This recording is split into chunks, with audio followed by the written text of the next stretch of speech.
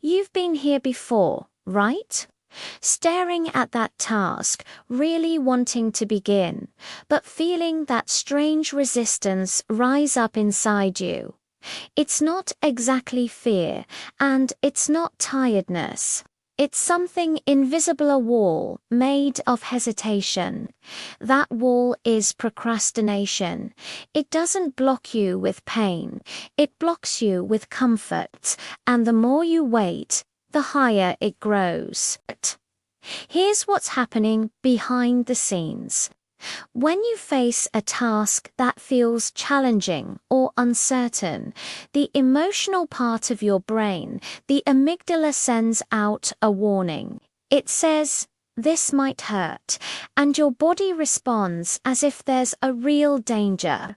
So, instead of starting, you seek something that feels safer: message, a snack, a quick video. It's not weakness, it's a safety reflex, but in today's world, that reflex fires constantly. We drown in easy escapes, and our brains never learn that challenge can also mean growth. Procrastination feeds on dopamine, the brain's reward chemical. Every time you check your phone, you get a small spike of satisfaction. It feels like progress, but it's just distraction dressed up as a reward. Meanwhile, the big goals, the ones that truly matter, release dopamine much more slowly. They require patience, effort, and focus. And in a world of instant gratification, patience feels like pain. Procrastination also creates an emotional loop.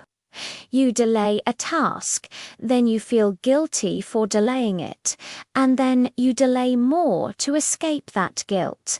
It's a self-reinforcing spiral. That's why willpower alone doesn't work. You can't fight emotion with logic. You have to replace the emotion. Awareness breaks the loop.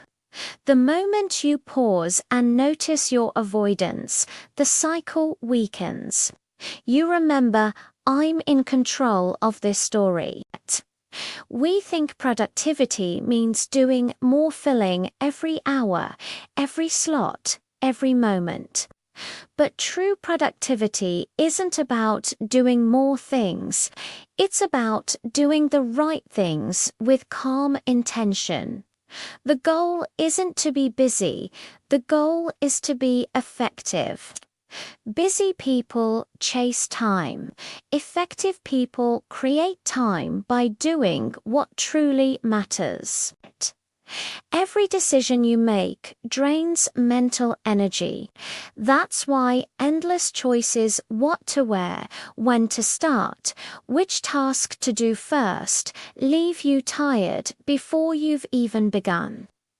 Successful people don't have superhuman willpower. They reduce decisions. They automate routines. They save their energy for creation, not for hesitation. Your brain loves completion, but it fears beginnings.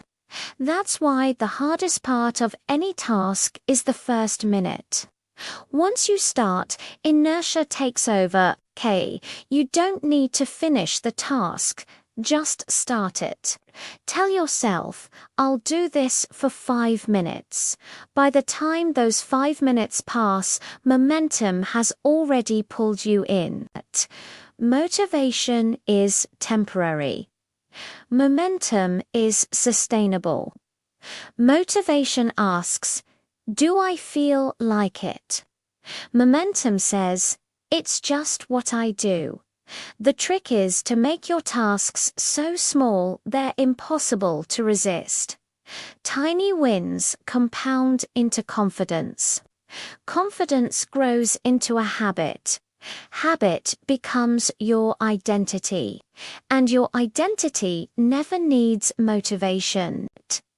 Each time you complete a small task, dopamine fires not because of the reward itself, but because your brain learns that effort equals reward. This rewiring is how you transform procrastination into productivity, not through guilt, but through gentle repetition. Your brain doesn't need punishment to change. It needs proof that effort feels good. The strongest motivation isn't external, it's emotional. When your work connects to a purpose larger than comfort, you no longer need constant reminders to act.